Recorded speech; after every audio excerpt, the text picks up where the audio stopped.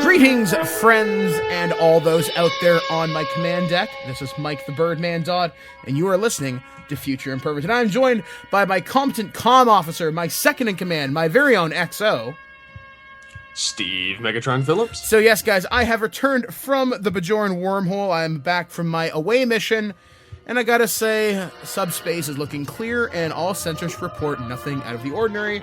Space dust is the only thing showing up on sensors right now. So yes, guys, we are back here for thisweekingeek.net's Future Imperfect, brought to you by SFI.org, Starfleet, the world's largest Star Trek online fan club, as well as GamerGrub.com and GameAccess.ca. All these wonderful people help make This Week in Geek and Future Imperfect possible for all of you.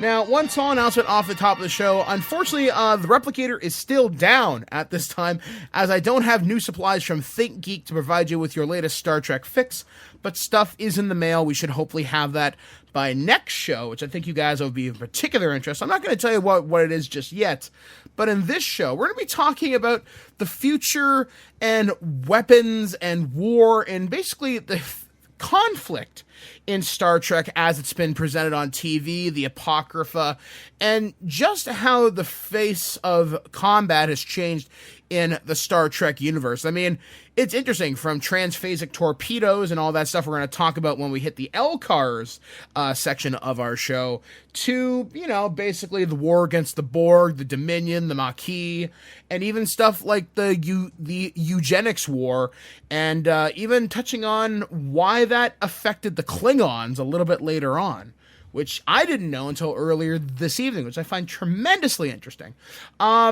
So, Steve, you've been taking the show. Last show you worked with Leo, a.k.a. That Sci-Fi Guy. What was that experience like for you?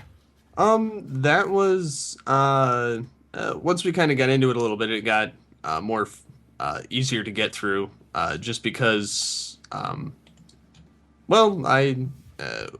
Basically, once you found your kind of groove, right? Yeah, more so that. Initially, it was like, okay, what the hell? And then, so after that, we were doing pretty well and got into a free-flowing conversation on it. But I feel overall it went pretty well. Good to hear, good to hear. I mean, I'm really glad that Leo is a friend of the show, because he does do a lot of awesome work over on thatguyoftheglasses.com. Check his stuff out. He's under That Sci-Fi Guy. Some of the best people on there, I think, him and his team. So, guys, let me see. Where are we going to go? Well, I guess kind of talking about where the show is going to be going in the next little bit. I know we've been taking, you're getting usually at least 2 episodes a month. And I do apologize the fact that we have been spacing them out a little bit more. But now that the summer season's coming up, and I should hopefully get my PlayStation back so I can watch more Star Trek. My PlayStation died a couple of weeks ago, and I'm waiting for Sony to send it back to me. We should have it back tomorrow, I think. So hopefully I'll get back to watching DS9, powering through that, and eventually getting to Enterprise, which the more I read about it, the more I'm interested, to be honest with you, which is something surprising, because I don't know why that series got such a bad rap. I think it had more so to do with the fact that, one, it came after all the other ones and was a prequel to the original series, and also because it happened to, for me anyway, it kind of like alienated me with the franchise, not only because Quantum Leap was the captain of the Enterprise, but because they kind of screwed up some of the Star Trek lore of they never encountered up close to Klingons or the Romulans, and the Borg appear, and which was kind of done later on in the franchise, and then kind of that's how they ended up in the past. But so I mean, I think that more so is what kind of killed it for me. Although after talking with the guys last episode, that has piqued my interest enough to actually start to sit down and watch the show.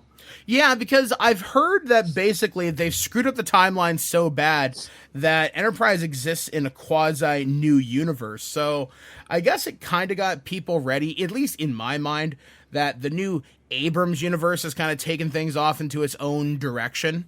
And with principal photography wrapping up on that, there is talk of a new Star Trek series, which is what we're going to talk about on the next show.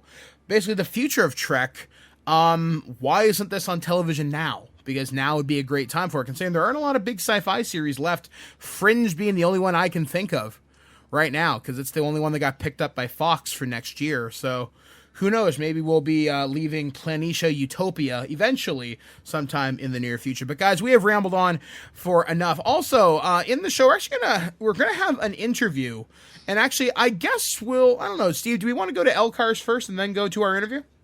Yeah, we can do that. All right, then. So we're going to throw things over to our computer, and this is LCARS, which ties into our topic this week of war and conflict in Star Trek. This is the LCARS Computer Network. This computer terminal provides full access to the LCARS computer net. It can be operated both by voice and keypad commands. Initiating update.